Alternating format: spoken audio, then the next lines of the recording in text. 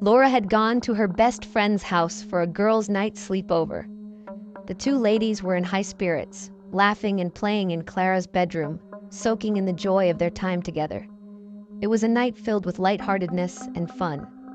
At one point, Clara asked Lora to grab them some soft drinks from the kitchen. Lora went downstairs, grabbed the drinks, and returned. They sat on the bed, enjoying a terrifying horror movie until the hours slipped away, and both drifted into a deep sleep. At around 3 a.m., Lora woke up needing to use the bathroom. She quickly made her way back to the room, but noticed something wasn't right. Clara's breathing was strange, almost as though it was stopping and starting.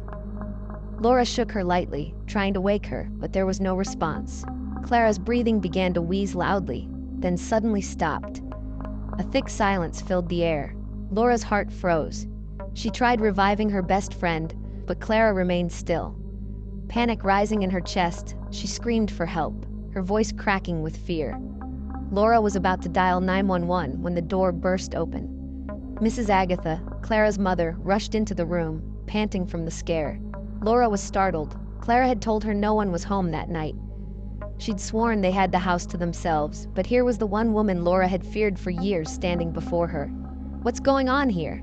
Mrs. Agatha shouted, eyes wide with terror. "What have you done to my daughter?" Trembling and desperate, Lora stammered, "I don't know, she just stopped breathing, Ma. I tried to wake her, but she's not."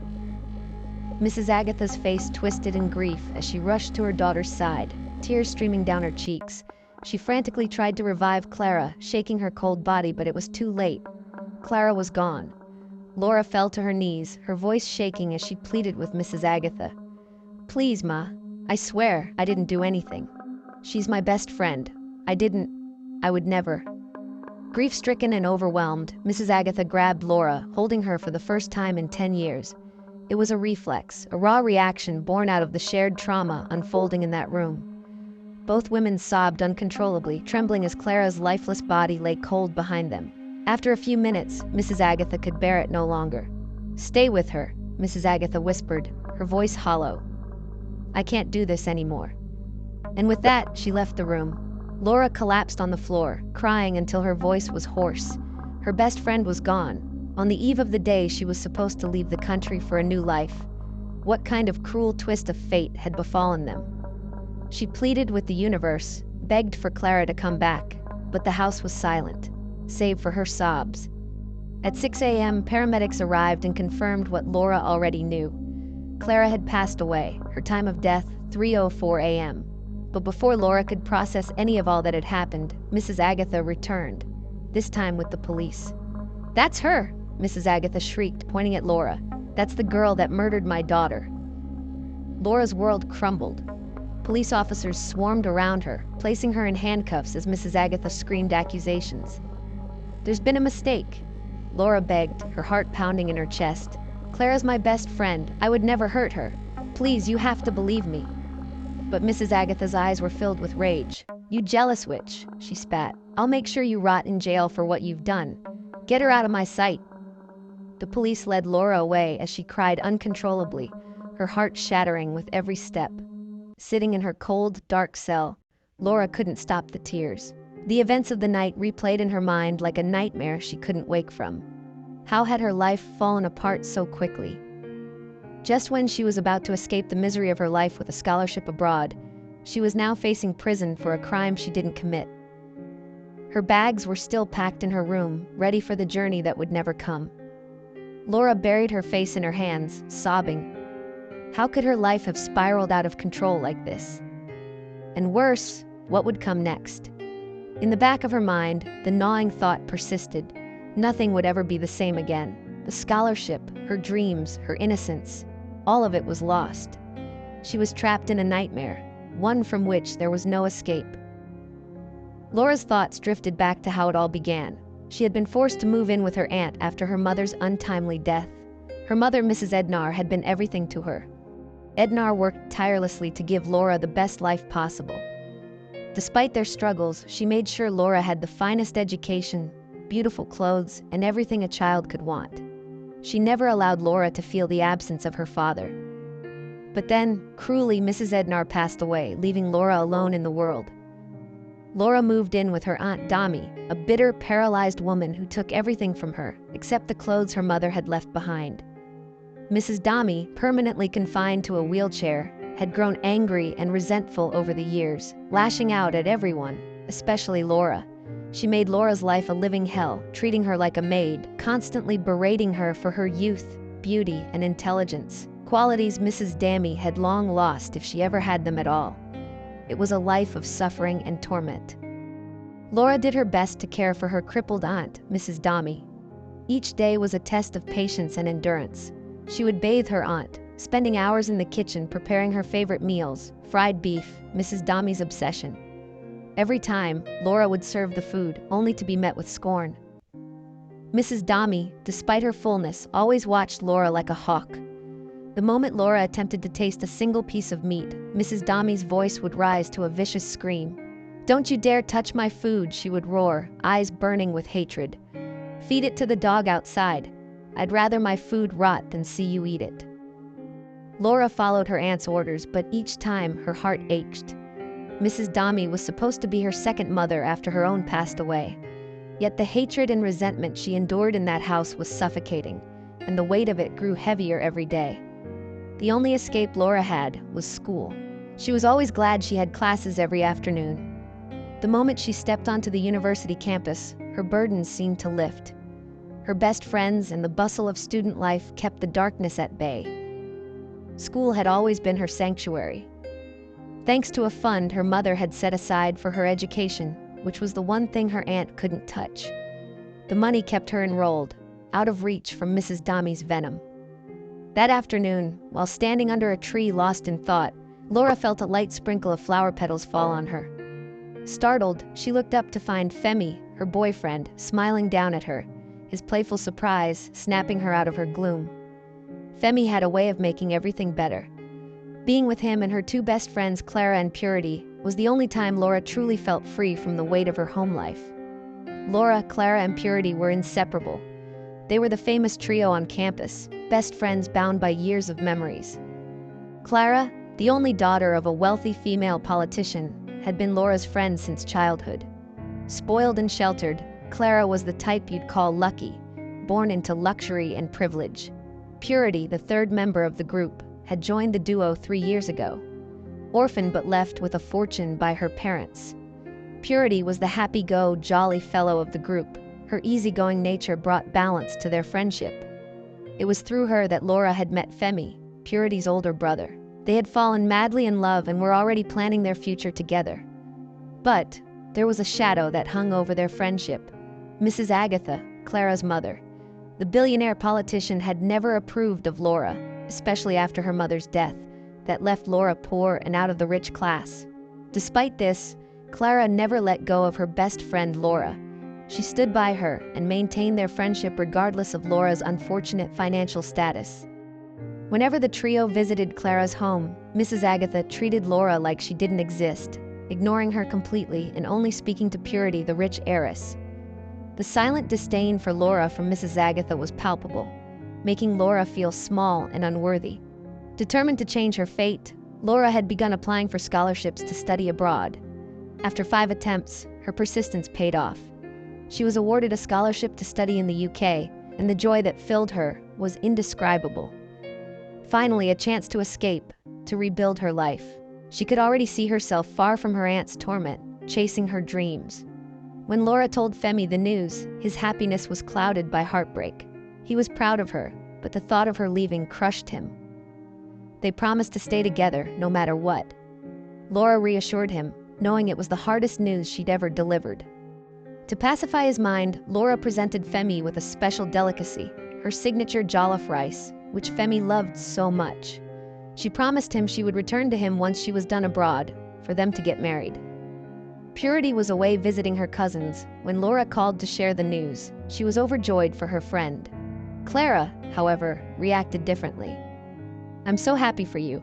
I can't wait for you to go," Clara said with a strange excitement that left Lora confused. "You can't wait for me to go?" Lora asked, her brow furrowed. Clara quickly laughed it off. "I can't wait for you to see the world. You'll do great things." They hugged, But Lora couldn't shake the feeling that something was off. By the following week, it was time for Lora to leave the country. With her bags packed and her flight to the UK set for 2 p.m. the next day, Lora was ready to embark on the journey that would change her life.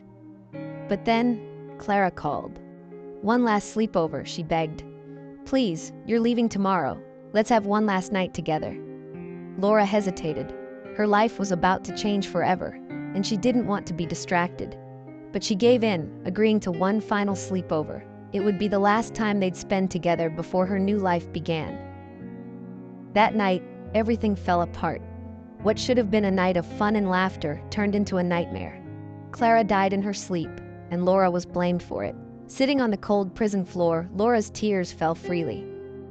"I'm sorry, Mom. I wanted to make you proud. I failed," she whispered, burying her face in her hands. The life she had dreamed of for so long, gone.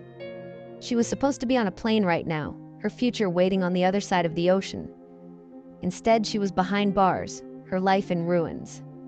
The verdict was swift and harsh, 7 years in prison with hard labor. Lora's world crumbled. The years dragged on, filled with nothing but suffering. Scrubbing filthy toilets, working long hours on prison farms under the watchful eyes of cruel wardens. Every day was a reminder of what Lora had lost. Finally, after what felt like an eternity, Lora's sentence was over. She walked out of the prison gates, a free woman, but the world she returned to was unrecognizable. Her dreams had long since faded. She had nothing. Femi, Purity, Clara, all gone. No one had come looking for her. They had abandoned her to rot in that cell. Desperate to rebuild her life, Lora began applying for jobs, but every interview ended the same way. The moment they discovered she was an ex-convict, the door slammed shut. Lora's hope dwindled with every rejection. Then, one fateful day, as Lora was leaving yet another failed interview, she saw something that stopped her in her tracks. A woman rushing into her car. A woman who looked exactly like Clara. Lora had just seen a woman who looked exactly like Clara rush into her car and drive off. Her heart pounded as she stood frozen on the sidewalk, struggling to make sense of what she had witnessed. It had to be a dream. Lora muttered under her breath, her mind spinning. "This isn't possible. Was that Clara? Has the dead come back to life?" She blinked several times, her pulse racing. What did I just see? Could that have been her twin, or a look-alike? Lora questioned as she sat in her small, dimly lit room that day, the walls closing in on her. She rubbed her temples, trying to shake the confusion, but the image of Clara driving away burned in her mind. Could my eyes have been deceiving me? She asked herself repeatedly, unable to shake the eerie feeling. Lora sat in her dimly lit room, the flicker of light from her window casting long shadows on the cracked walls. Her mind replayed the day's events in vivid detail. The sight of Clara, alive, healthy, and pregnant, had shattered the remnants of her sanity. Despite her exhaustion, sleep evaded her. The nagging doubt in her mind gnawed at her through the night.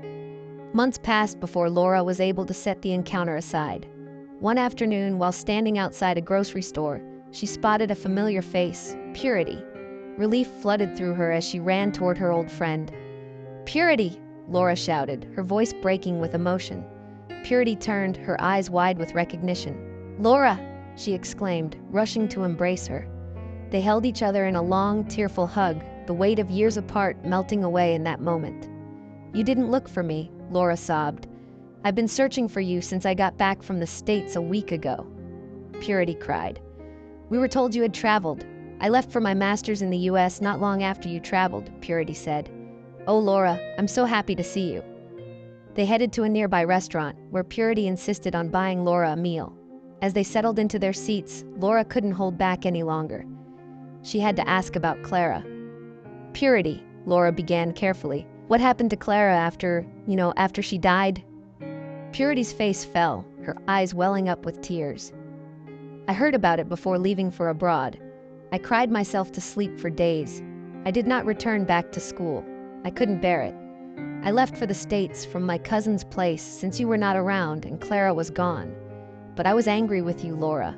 Why did you leave? You turned your back on Femi and me when we needed you most." Lora shook her head vigorously. "I never abandoned you. You don't know what happened." Her voice cracked as she told Purity everything. The death, the arrest, the years spent in prison for a murder she didn't commit. Purity's mouth fell open in shock. What? No one ever told us that. I had no idea you went to prison for Clara's death. Her mom said you had traveled, that's all. Lora's stomach churned with suspicion. That's exactly it, she said, her voice lowering. I think something is wrong. I saw Clara, or at least I think I did. It was months ago, but I saw someone who looked just like her. Purity frowned, her brow furrowing. Are you sure it was her? Lora nodded, the doubt from that night resurfacing. I don't know what I saw, but something is fishy. We need to find out the truth. Will you come with me to her mom's house? I can't face Mrs. Agatha alone. Purity squeezed her hand. Of course, I'll be there with you. You have to face this, Lora, even if it's terrifying. Together, they made their way to Mrs. Agatha's home. When the door opened, both women gasped in shock. There, sitting before them, was Clara, alive, healthy, and visibly pregnant. Lora's heart dropped. Clara? Her voice was barely above a whisper. Clara smiled warmly, welcoming them inside as though nothing had happened. Oh, Lora, it's so good to see you again. Lora's legs felt weak beneath her. How are you alive? I saw you die. I went to prison for your murder. What is going on? Clara shrugged, as if the events were nothing more than a forgotten dream. Oh, that. My mom said I was declared dead after the sleepover. They were even on their way to the mortuary when I suddenly sneezed. The doctor said it was sleep apnea. I never knew I had it. Apparently, the soda we drank that night triggered a temporary heart failure, but I never really died. Lora stared at her in disbelief. I went to prison for murder, Clara. Everyone thought you were dead. Before Clara could respond, Mrs. Agatha swept into the room with her usual cold grace. She acknowledged the girls with a polite nod, her face betraying nothing of the turmoil Lora felt. Welcome, she said coolly. Lora glared at her, barely able to contain the hatred building inside her. You have a lot to explain, she thought, her eyes burning into Mrs. Agatha. Clara turned to her mother. Mum, what is Lora talking about? She says she was in prison for my death, but I was alive the whole time. Mrs. Agatha's lips curled into a condescending smile as she sat down. Yes, my dear. You woke up, but by then, it was too late for Lora. The case had gained too much attention, and I had too many political obligations to attend to. I couldn't afford the scandal of reversing it all. Besides, she said, looking pointedly at Lora, if you hadn't given Clara that drink, none of this would have happened. Lora could barely breathe, her anger suffocating her. You let me rot in prison for something I didn't do. Mrs. Agatha simply shrugged. I'm sorry you had to endure that, but it was out of my hands by then. Politics are a complex game, dear. Clara gasped, looking from her mother to Lora in horror. Mum, how could you? Lora went to prison because of us. Lora, I'm so sorry. I'll do whatever I can to make it right, Clara pleaded, her voice thick with guilt. But before Lora could respond, Femi entered the room, his attention focused solely on his pregnant wife. How are you feeling, love? Clara smiled at him. I'm fine, darling. Lora's world collapsed, her breath caught in her throat, her heart racing as she stared at Femi, the man she had once loved, now married to her supposedly dead best friend. He barely acknowledged her presence, offering a brief hello before turning his attention back to Clara. Purity, too, was stunned. Her estranged brother had cut her off after she left for the States, and now she found him married to the woman they all believed had died. The shock was overwhelming. As they sat in Clara's living room, a torrent of emotions surged between them. Anger, betrayal, disbelief. And in that moment, Lora knew that nothing would ever be the same. Lora couldn't put her mind to rest that evening. Her mind was ablaze, racing with thoughts of betrayal, injustice, and an overwhelming desire for retribution. Femi, the man she once loved with all her heart, had walked into the room like a stranger, his arm lovingly wrapped around Clara, the same woman who should have been dead. And Mrs. Agatha. The cold, unapologetic arrogance in her voice still rang in Lora's ears. How could they live so peacefully after shattering her life so completely? How could Mrs. Agatha simply brush off the years Lora had lost, the torment she endured in prison, with a dismissive apology and a wave of her hand? And Femi, how could he have moved on without so much as looking back, let alone married her best friend in secret? No, Lora muttered to herself, her voice trembling with raw emotion. This can't be the end. They won't get away with this. Each tear that fell from her eyes only fueled the fire building inside her. Lora had nothing left to lose, and that made her dangerous. As the day stretched on, she realized that revenge was the only way she could reclaim her dignity. It was the only way to make them feel the pain she had carried for so long. She could still feel Purity's hand on her shoulder, trying to offer comfort as they left Clara's house. But Purity had her own battles to fight, and even with her wealth and connections, she was powerless against someone like Mrs. Agatha. Lora knew this was a fight she would have to face alone. Her mind began to piece together a plan. She didn't have money, influence, or power, but she had the one thing that those people never expected: the truth. She had to find out what exactly it was. If she played her cards right, she could dismantle their worlds, just as they had done to hers. Lora's thoughts turned dark, her heart pounding with a strange mixture of fear and determination. She would gather every detail, every skeleton in their closets, and expose them. She'd watch them fall from their thrones, one by one. Clara, Mrs. Agatha, and even Femi. They wouldn't see it coming. "They destroyed my life," she whispered. "Now, I'll destroy theirs." The suspense lingered like a thick fog, and the echoes of Lora's words hung heavy in the air, promising more chaos, more secrets, and a reckoning that would shake the very foundations of the lives of those who wronged her. As the story was far from over. Thank you so much for watching. Please leave a like, share, and comment for more stories. Stay blessed, and I'll see you in our next story.